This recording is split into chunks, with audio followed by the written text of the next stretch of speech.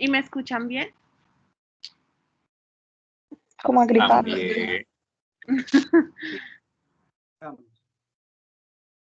Bueno, entonces yo les voy a hablar de dengue, que como todos sabemos, pues algunos ya hemos podido ver algunos casitos en la clínica. Esta es una de las patologías infecciosas que tiene un gran impacto en nuestro país y que adicional a esto, pues hace parte de los eventos que más vigilancia tienen, más vigilancia, en los que más se hace prevención y control. Y pues es un evento de gran interés en salud pública, pues es una enfermedad viral aguda causada por... Ah, Sofía, ¿aquí cómo hago para pasarla? Acá arriba.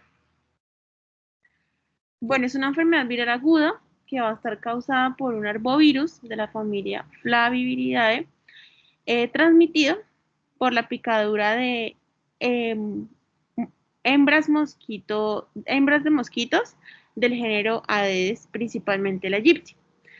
Este virus va a poseer 4 serotipos que son DMV1, DMV2, DMV3 y DMV4, los cuales están circulando simultáneamente en el país. ¿Qué pasa? Que estos virus no van a desencadenar una inmunidad cruzada. Es decir, que por ende una persona puede infectarse hasta 4 veces con estos virus, con estos distintos virus. ¿Cuáles van a ser las características de esta infección? Pues va a tener un periodo de incubación entre 3 y 14 días, pero se dice que como media son de 3 a 7 días. Para transmitir la enfermedad es necesario que el mosquito haya picado a una persona infectada con el virus y que haya sido durante el periodo de viremia que ocurre después de un periodo de incubación de aproximadamente 7 días. La hembra mosquito es transmitida es transmisora luego de un periodo de incubación de 7 a 14 días. ¿Cuánto tiempo puede transmitir ese mosquito la enfermedad? Por el resto de su vida, que son aproximadamente 10 días. Se ha documentado que pueden durar hasta de 1 a 42 días, pero no, así como un dato puntual, son 10 días. Hay susceptibilidad en toda persona que no se haya enfermado previamente por el virus y que tenga un antecedente, un traslado a áreas endémicas. Aquí en Colombia tenemos que las más comunes son Atlántico, Santander, Norte de Santander, Valle del Cauca, Antioquia, Tolima, Huila, Casanare y Cundinamarca.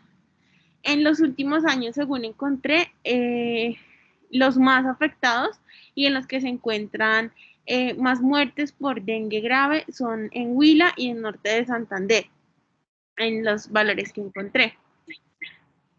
La vez pasada, Profe, se te escucha entrecortado. ¿me escuchan? ¿Ahí? Ya, ahí sí. La vez pasada habíamos hablado de los factores asociados a mortalidad, ¿sí? Por los serotipos. ¿Cuáles son los serotipos que se asocian a mortalidad o complicación? El 2 y el 4, profe. ¿Se acuerda que habíamos dicho de que, bueno, que si de acuerdo al boletín epidemiológico nosotros vemos o podemos, digamos, tratar de proyectar si los pacientes se van a complicar o no, ¿sí? Con base en la circulación del virus, del serotipo, ¿sí? Entonces, ¿cuáles son esos? El 2 y el 4, Alejandro los acaba de decir. Y esos son. Sí, ¿Sí? Y lo otro es que, digamos, una persona que ya ha sufrido una infección digamos, que ya ha tenido dengue, cuando tiene su segunda infección, le puede dar un dengue clásico o puede presentar un dengue hemorrágico. Cuando ya, digamos, cuando es repetitivo, cuando ya le di una vez, tiene más riesgo de presentar un dengue grave. Un dengue con algún grado más de severidad comparado con el anterior, ¿sí? Sí, Para que lo tengan en cuenta. Los otros factores asociados a mortalidad, niños menores de 5 años, Y los otros factores de riesgo para todo de mortalidad que ya hemos revisado: desnutridos, cardiopatías, prematuros, ¿sí? Displasia broncopulmonar. Todos esos niños tienen factores de riesgo para complicación cuando cursan con una infección como estas. ¿Listo? Sí, señor.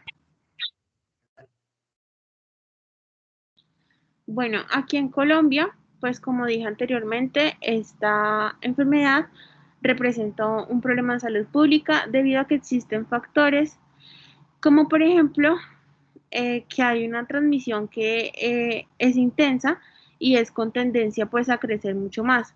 ¿Por qué? Porque esta es una enfermedad cíclica, es decir, que tiene ciclos epidémicos que cada vez son más cortos. Se dice que son entre cada 3 a 4 años. Esto hace que aumenten en frecuencia brotes de dengue hemorrágico porque pues hay más posibilidad de que se pueda contraer virus distintos al pasado y como dijo el doctor, que tenga pues más riesgo de severidad. Pues también epidemiológicamente por la circulación de estos 4 serotipos también lo hace que sea como con tendencia a que sea creciente. En urbanizaciones que no tengan control de algunos factores de riesgo como son los depósitos de agua en las llantas o en algún recipiente, que esto genera el crecimiento de estos mosquitos. Y también más adelante creo que lo nombro, hay una tablita de los factores de comorbilidades asociadas que pueden generar más severidad. Y también pues la población que con viviendas inadecuadas, el hacinamiento, pues lo que decía, que no tienen cuidados como tal en la casa con cositas que son como factores de riesgo. Y también que la infestación por el mosquito de más del 90% del territorio nacional se encuentra en relación de que están en lugares situados por debajo de los 2.200 metros sobre el nivel del mar.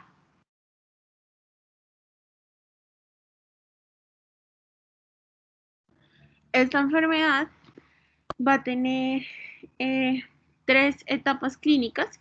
Recordemos que este virus lo que va a hacer es que se va a multiplicar en los ganglios linfáticos y luego se va a diseminar a otros tejidos y órganos a través de la sangre y de los órganos linfáticos. El dengue, como tiene diversas formas clínicas, este puede empezar desde cuadros que van a ser indiferenciados, asintomáticos, hasta formas graves que pueden llevar a los pacientes hasta un choque o hasta una falla de órganos vitales. Entonces, como les decía, el curso de la enfermedad tiene 3 etapas que van a ser la etapa febril, la etapa crítica y la etapa de recuperación. Empezando con la etapa febril, que esta es la única etapa por la que pasan la mayoría de las personas enfermas. Esta va a ser de variable duración y se asocia con la presencia del virus en sangre, que se llama también la viremia. En este caso, las personas van a presentar sudoración, astenia, dinamia, algún decaimiento o sintomatología transitoria. En esta parte, ahorita voy a hablar cómo es el curso de cada síntoma o signo que aparece, pero en este caso, así como abrebocas, pues van a aparecer el dolor retroocular, la fiebre, que es con lo que se inicia. ¿Y cómo sabemos que termina esta etapa febril? Cuando la fiebre cae, se asocia con el momento en el que el paciente se puede agravar y cuando termina la etapa febril y comienza la etapa crítica. Entonces, es un marcador de que tenemos que tener mucho cuidado con los pacientes cuando ya dejan de tener esta etapa febril, que es entre aproximadamente hasta el tercer, cuarto día, que cae la fiebre, empieza la etapa crítica, es cuando tenemos que tener muchísimo cuidado. Porque en esta etapa crítica va a coincidir con la extravasación del plasma y la manifestación más grave es el choque hemorrágico, que como lo vamos a ver, se va a evidenciar con frialdad de la piel, pulsos filiformes, taquicardia, hipotensión y a veces pueden verse asociadas a hemorragias como melenas o hematemesis y alteraciones hepáticas. En esta etapa que es característico, el hematocrito se va a aumentar y las plaquetas van a alcanzar sus valores más bajos. Recuerden que esta inicia cuando la fiebre termina. Y por último, está la etapa de recuperación, en la cual se hace evidente la mejoría del paciente, pero hay excepciones, como en casi todas las cosas, en las que existe algún tipo de sobrecarga hídrica o también puede estar con alguna coinfección bacteriana. Entonces, no es que dejemos de prestar atención ya en esta etapa de recuperación, sino que también en algunos pacientes las cosas pueden empeorar o seguir mal. Ahorita voy a explicar bien esta tablita que está aquí, junto con las pruebas, cuando se hace el diagnóstico y por qué. En cuanto al cuadro clínico, la primera manifestación es la fiebre, que esta fiebre va a ser de una intensidad variable. En el dengue sin signos de alarma, los síntomas que aparecen en esa etapa febril es la fiebre, que va a estar asociada a cefalea, dolor retroocular, artralgias y mialgias. En los niños se dice que es muy frecuente que la fiebre sea la única manifestación que tiene, pero yo encontré los chiquitos menores de 2 años que ellos pueden presentar eritema faríngeo, dolor abdominal discreto y presentan diarrea en los menores de 2 años. Es más común en los chiquitos menores de 2 años y en adultos mayores. Entonces, ahorita les... Listo. Ay. Esta es la secuencia de signos clínicos. Entonces, primero, en los primeros días, que son de la etapa febril que va casi al tercer, cuarto día, aparece el exantema y la fiebre.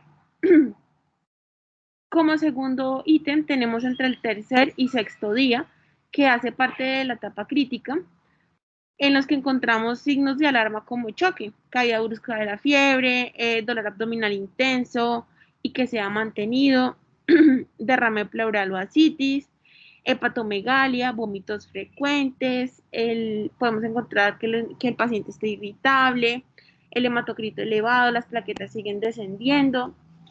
Y por último, en la tercera está el choque, que es cuando encontramos una caída de la presión arterial media diferencial, los signos de inestabilidad hemodinámica. Esto toca prestar mucha atención porque cuando estos signos de inestabilidad hemodinámica o signos de choque se hacen prolongados más de 24 horas, esto es muy mal pronóstico para los pacientes porque pueden llevar a edema intersticial, síndrome de dificultad respiratoria y es de muy mal pronóstico para estos niños que presenten signos y síntomas de choque prolongado. Y por último, la etapa de recuperación en la que se hace una eliminación de exceso de líquidos que pues se había extravasado en la etapa crítica. En esta se debe vigilar especialmente a los pacientes que tengan cardiopatías de bases, nefropatías o en los adultos mayores. Bueno, anteriormente les había dicho que era un dengue sin signos de alarma. Entonces, que sea fiebre, dolor retroocular, mialgias, artralgias. Cuando podemos pensar en un dengue con signos de alarma, cuando encontremos todos estos anteriores, fiebre, dolor retroocular, mialgias, artralgias, acompañado de alguno de estos, como dolor abdominal intenso y continuo, vómitos persistentes, hipotensión, hepatomegalia dolorosa, hemorragias persistentes como pueden ser melenas o hematemesis, somnolencia o irritabilidad, disminución de la diuresis, caídas repentinas de la temperatura porque tienden a hacer hipotermia, aumento del hematocrito, pero un aumento que sea abrupto, lo encontré yo escrito así, caída abrupta de las plaquetas también y acumulación de líquidos como ascitis, edema o derrame pleural. Son los signos de alarma. Bueno, ¿cuál es la clasificación clínica para el manejo del dengue grave? Profe, perdón, tomo agua.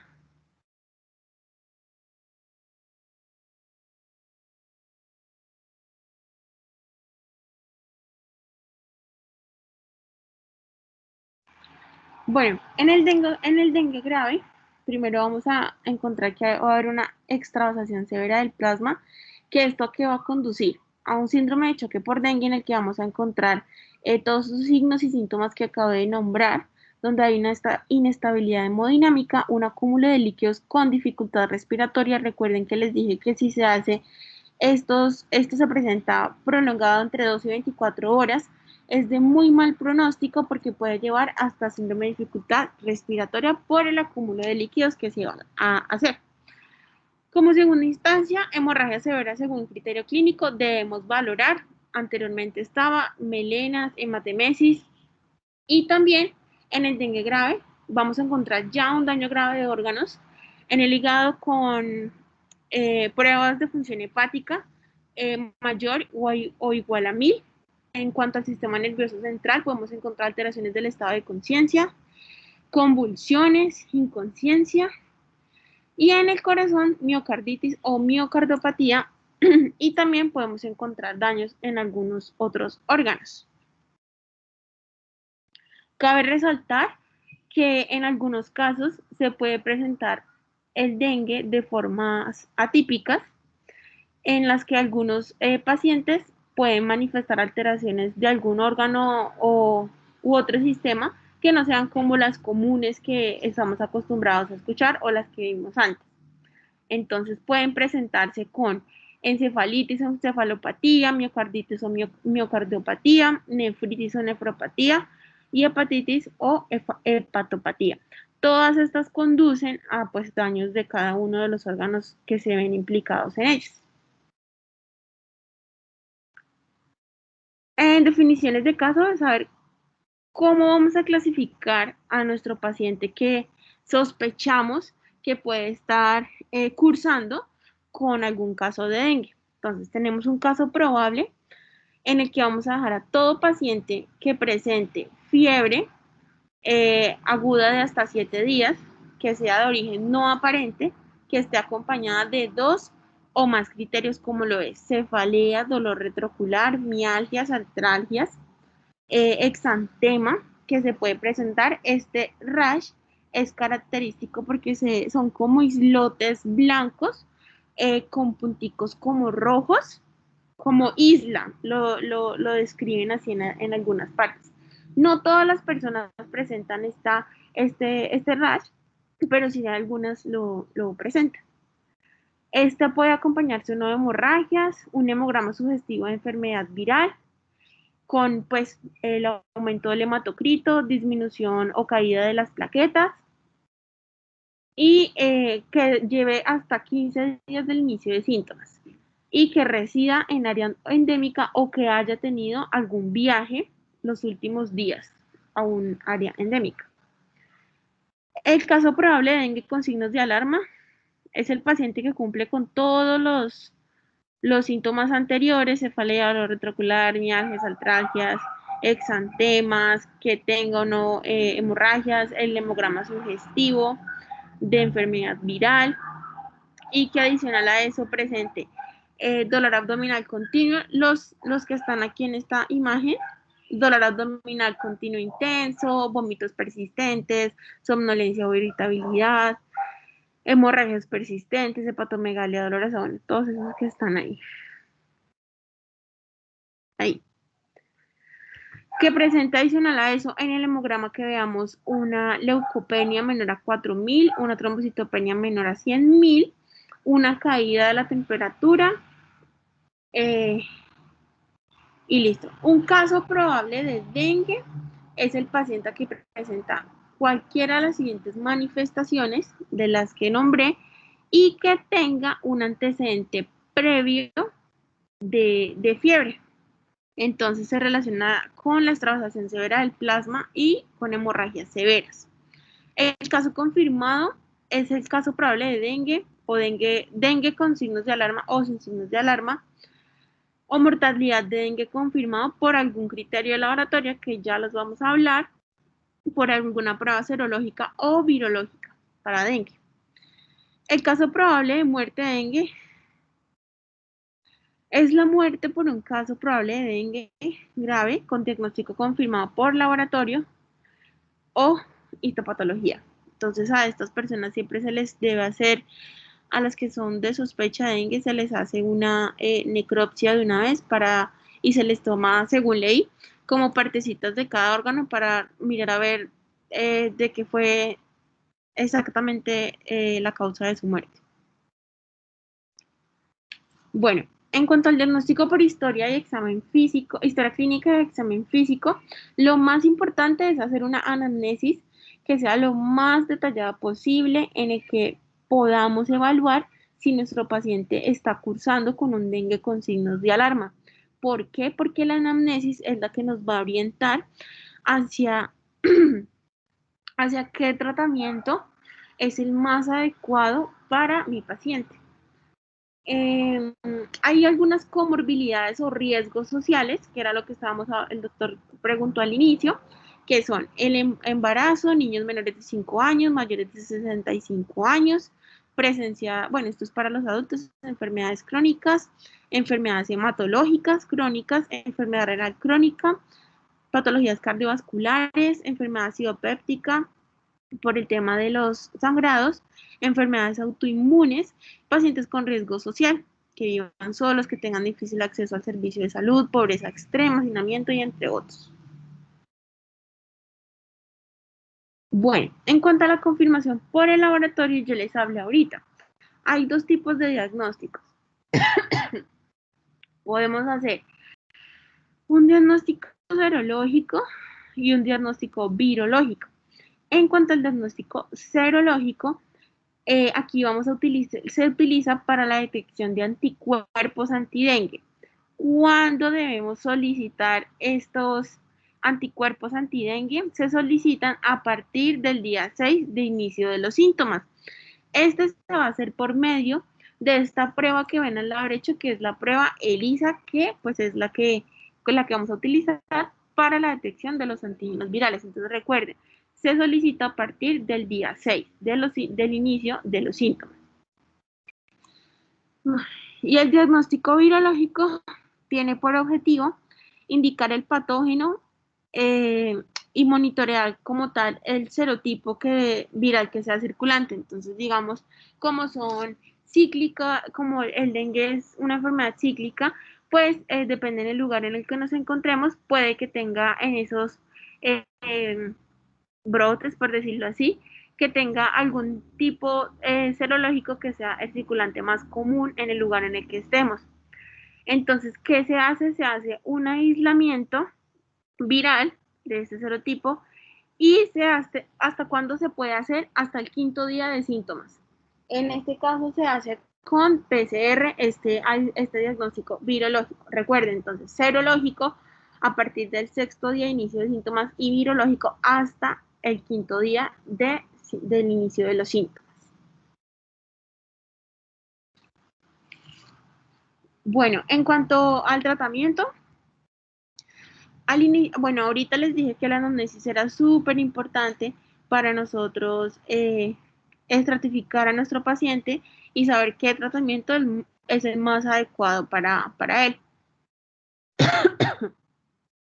Entonces, datos de anamnesis y un examen físico adecuado, completo, para evaluar si hay algún tipo o no de signo de alarma en nuestro paciente. Entonces, lo primero que debemos hacer es preguntar cuándo fue el inicio de los síntomas, las características de los síntomas que pudieron aparecer, y debemos hacernos 3 preguntas importantes. ¿Será que mi paciente tiene dengue? ¿Será que tiene alguna comorbilidad o signos de alarma? ¿Será que este paciente está en shock o tiene riesgo de presentar alguna complicación? Luego de hacernos estas 3 preguntas y de estar seguros de estas 3 respuestas, lo que vamos a hacer es que vamos a estratificar. Podemos estratificarlo de una manera: A, B, C. Cada letra va a corresponder a un grupo de pacientes y también a un tratamiento distinto que se le va a hacer a cada uno, que ya vamos a ver. Entonces, A, B, C. En el grupo A, ¿quiénes tienen que estar aquí? Pacientes que pueden ser manejados ambulatoriamente con un nivel de atención de primer nivel. Entonces, ¿qué pacientes puedo clasificar en grupo A? pacientes que presenten fiebre de 2 a 7 días, que no presenten signos de hemorragia, deshidratación, signos de alarma o choque y que no tengan ningún riesgo de comorbilidad como las nombré ahorita. ¿Qué vamos a hacer con ellos? Necesitamos que se hidraten, entonces se recomienda 2 litros o más para adultos o lo correspondiente a las necesidades de los niños. Puede ser leche, sopas o jugos de frutas. Ya sabemos que el agua sola pues no es suficiente para reponer las pérdidas de electrolitos. En este caso pues se pueden hacer con suero, se puede hacer la reposición. Se recomienda un reposo en cama y para aliviar síntomas generales como la fiebre, bueno, sus mialgias, sus artralgias y demás, se recomienda el uso de acetaminofén, 15 miligramos por kilo dosis, como ya lo sabemos, utilizar medios físicos, digamos ese que nos ha enseñado el doctor Ronald, hasta que pueda descender la temperatura, la fiebre. ¿Qué debemos hacer? Hacer mucho énfasis en cuando vaya este paciente, enseñarles a la mamá o al cuidador los signos de alarma, cuándo debe acudir de manera urgente al centro de atención si presenta algún signo de alarma, dolor abdominal, como ya los vimos ahorita.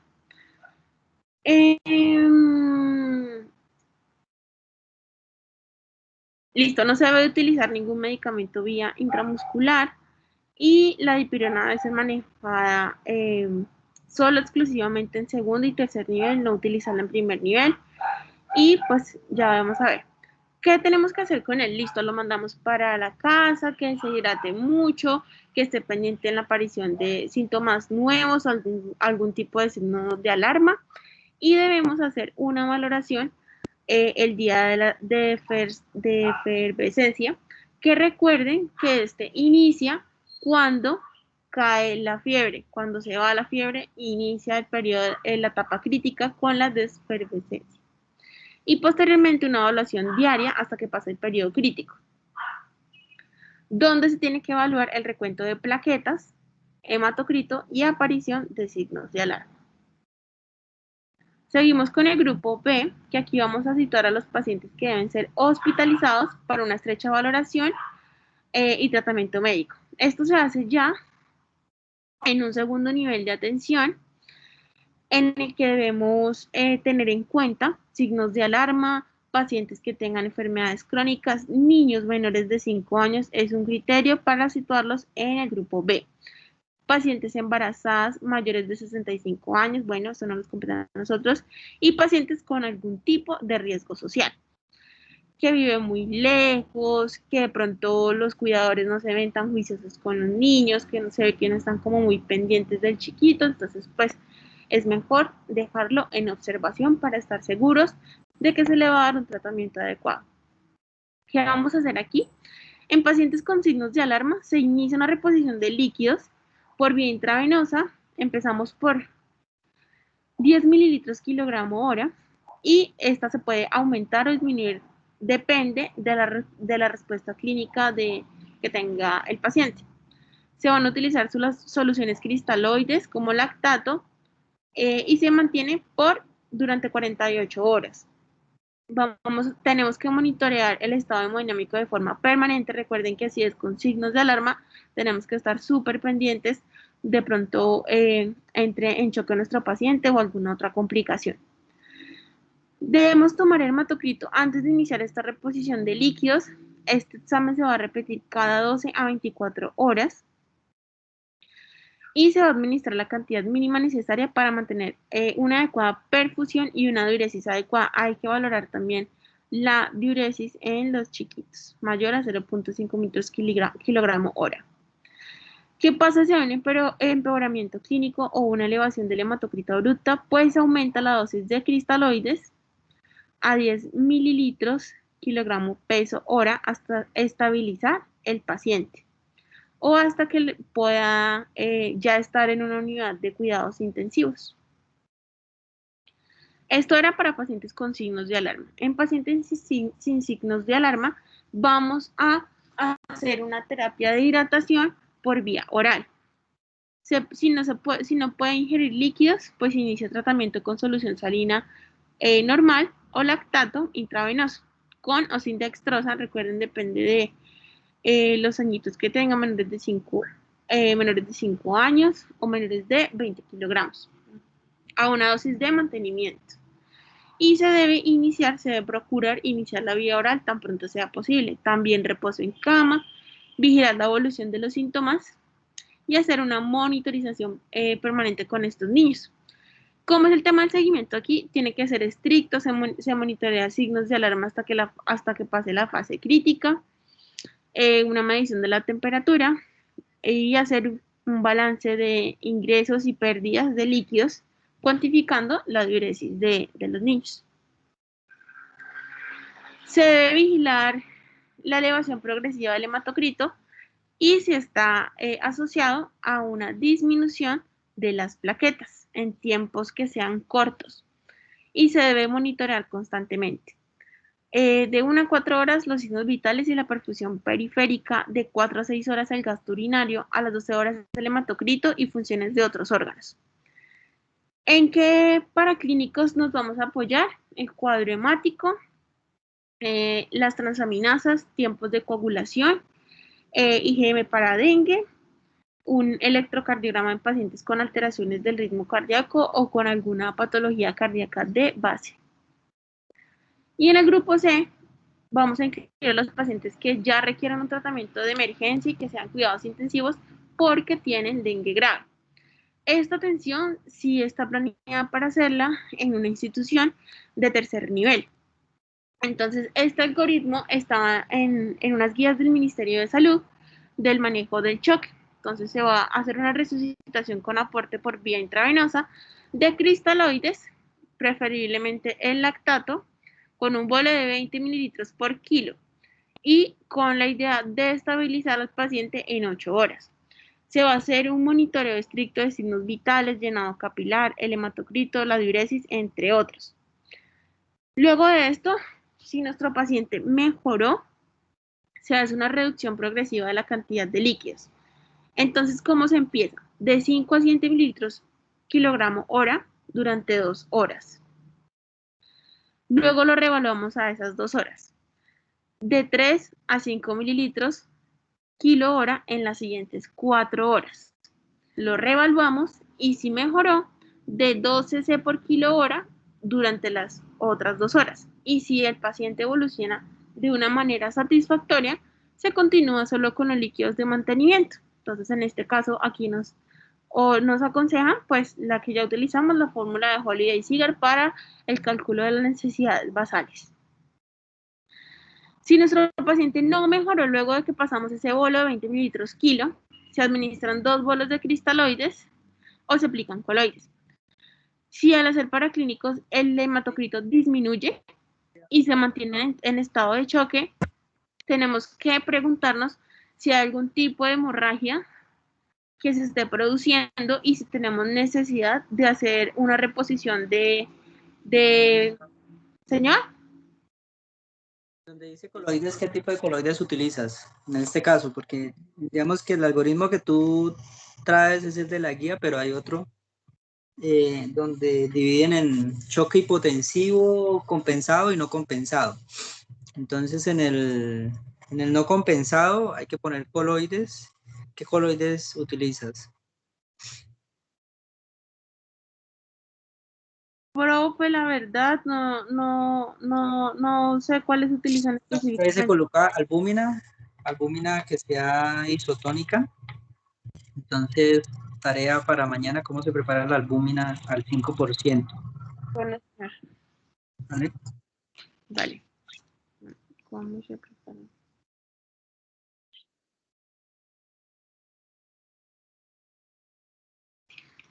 Listo. Y si continúa inestable, ya se inicia el soporte con inotrópicos por posible disfunción miocárdica o miocarditis por dengue, por esta disfunción orgánica que genera el estado de choque en estos pacientes. ¿Qué seguimiento se les va a realizar? Monitorear los signos de alarma y el balance de líquidos, ya los había dicho, hasta que pase la fase crítica, que pues es la de la extravasación del plasma. Cada hora se van a monitorear los signos vitales y la perfusión periférica. Un control del hematocrito cada 12 a 24 horas, función renal, función hepática, y en cuanto a los laboratorios, IgM de dengue o aislamiento viral obligatorio. Ya les voy a hablar ahorita un poquito de esto. Se va a tomar pues el control del hematocrito, hemoglobina, plaquetas, glucograma, y si hay alguna necesidad de acuerdo a lo que esté presentando nuestro paciente, gases arteriales, electrolitos, albúmina, radiografía de tórax. Digamos, en este caso, si encontramos edema, ascitis o algún signo o síntoma que nos oriente hacia alguna patología respiratoria. Ecografía abdominal, electrocardiograma. Recuerden que se les envía a pacientes que tengan algún tipo de antecedente de alguna enfermedad cardíaca. Ecocardiograma, pruebas de función renal siempre se hacen, y en pacientes con sospecha de encefalitis, convulsiones o signos de focalización, un TAC de cráneo simple. Aquí en esta encefalitis, acuérdense que puede ser una manifestación atípica del dengue. ¿Cuáles son los criterios de egreso? Cuando tenga nuestro paciente ausencia de fiebre durante 24 a 48 horas, que veamos una mejoría de su estado clínico, un aumento del recuento plaquetario y que el hematocrito esté estable, aún así sin tener la necesidad de utilizar líquidos endovenosos. Y en cuanto al diagnóstico diferencial, encontramos influenza, enterovirosis, enfermedades exantémicas, hepatitis virales, malaria, neumonía, sepsis, alergias cutáneas. Al inicio se puede confundir, digamos, con el Zika, chikungunya y demás. Como algunas recomendaciones que debemos hacer es hacer demasiado énfasis en la información de los signos y síntomas de alarma, cuando deben acudir por alguno de estos. La importancia de que vayan a una consulta oportuna, que no esperen hasta que los chiquitos se agravan y pues que ya sea más complicado todo. El uso de toldillo, que sea durante los primeros 8 días de la fiebre. ¿Por qué durante los primeros 8 días? Porque es el periodo en el cual el ser humano va a ser infectante para el mosquito. Y recuerden que pues este mosquito no infecta a no ser de que ya haya contraído el virus de dengue. Y evaluar medidas de control de la comunidad. Entonces hacer promoción y prevención en las casas, lavando sus albercas con las fumigaciones, evitando que no tengan bueno, llantas, vasos o cualquier otro recipiente que sea un depósito de agua que pueda ser como, que pueda favorecer el crecimiento de los mosquitos. Y ya, muchas gracias. Muy bien, listo muchachos. Entonces, bueno, el manejo del dengue es dinámico, ¿no? Tienen que hacer el ajuste de los líquidos acorde al gasto urinario, la presión del paciente, los reportes del hematocrito, hemoglobina.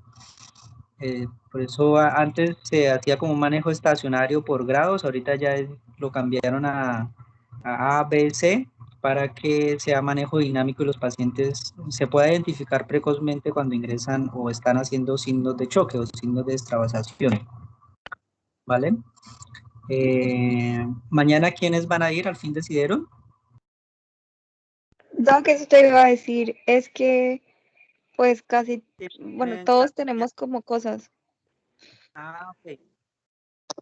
Bueno, entonces, Y pues entonces, como es todo el día, entonces ese es el problema. Sí, es que el problema es que es todo el día, doctor. Y yo, por ejemplo, tengo parcial junto con Juan Diego, por ejemplo. Ok. Entonces el viernes los dos grupos, ¿vale? Un grupo en la Bueno, mañana y el otro en la tarde. Listo, sí, señor. Mañana entonces revisamos el otro. ¿Cuál tema sigue?